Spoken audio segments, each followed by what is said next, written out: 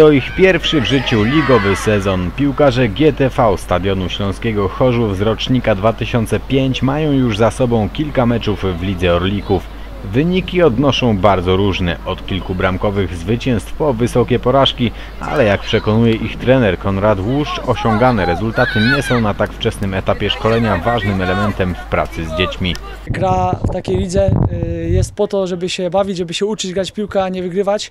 Wiadomo jest, że jeśli będzie jakieś zwycięstwo, odniesiemy jakiś sukces, to cieszy, jak każdego młodego piłkarza, ale myślę, że z każdym dniem jest coraz lepiej i świadomość oraz frekwencja na treningu jest tego przykładem.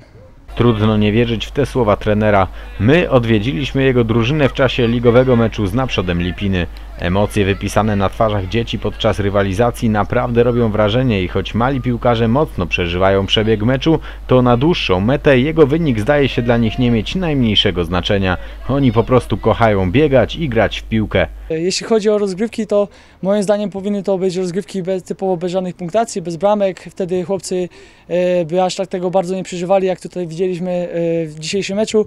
Ale wydaje mi się, że praca, jaką tworzymy tutaj wraz z rodzicami, sprawia, że chłopcy naprawdę czują się świetnie, nawet po przegranej, jak i porażce zawsze są uśmiechnięci, jak można było zobaczyć tutaj na boisku.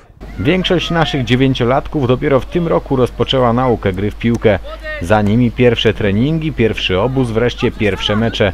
Tak naprawdę pod okiem trenera Łuszcza mali piłkarze stadionu jeszcze oswajają się z piłką nożną. To są chłopcy, którzy zaczynają dopiero trenować piłkę nożną, raczkujemy z tym wszystkim, ale myślę, że idzie to wszystko w dobrym kierunku i przy tym wszystkim, co tutaj jest pod szyldem GTV Stadion Śląski, dajemy naprawdę radę i zapraszamy na treningi.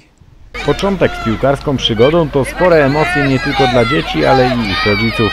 Ważne jest więc odpowiednie podejście do treningów zarówno małych piłkarzy, jak i ich opiekunów. Przede wszystkim zacząć od tego, żeby dziecko fantastycznie się bawiło oraz przede wszystkim musi chcieć samo przyjść na te treningi. Zwracam szczególną uwagę na to, żeby rodzice nie zmuszali do tych treningów, bo to jest dla mnie bardzo istotne. Taki chłopak sam musi decydować o tym, co się dzieje na boisku, co się dzieje na treningu, czy chce chodzić i jeśli on sam wyraża do tego chęci, to potem już nie ma problemu z zaangażowaniem, nie ma problemu z zabawą.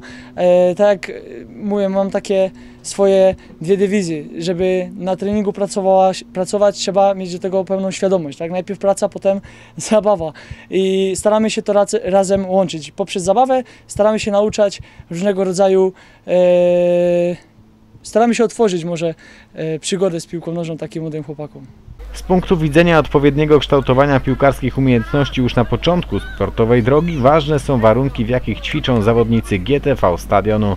A te są naprawdę dobre. Jakość nawierzchni, na których trenują zieloni oraz nowoczesny system treningów gwarantuje, że wybór chorzowskiej szkółki na miejsce piłkarskiej edukacji to świetna decyzja. Obiekty mamy naprawdę na wysokim poziomie. Tutaj jeszcze tworzymy się obiekty nowej generacji, sztuczne nawierzchnie, także zapraszamy. Nie ma żadnego problemu z tym, żeby gdziekolwiek trenować. Tutaj jest naprawdę wszystko to, co potrzeba do treningu i każdy się cieszy i to jest najważniejsze. Wszystkim młodym piłkarskim adeptom GTV Stadionu Śląskiego życzymy wspaniałych przeżyć, wartościowych doświadczeń i spełnienia marzeń o piłkarskiej karierze. Pamiętajcie, z pasją do sukcesu. Gdzie jest kapitan, bo ja nie słyszę go. Kim jesteśmy? Drużyną!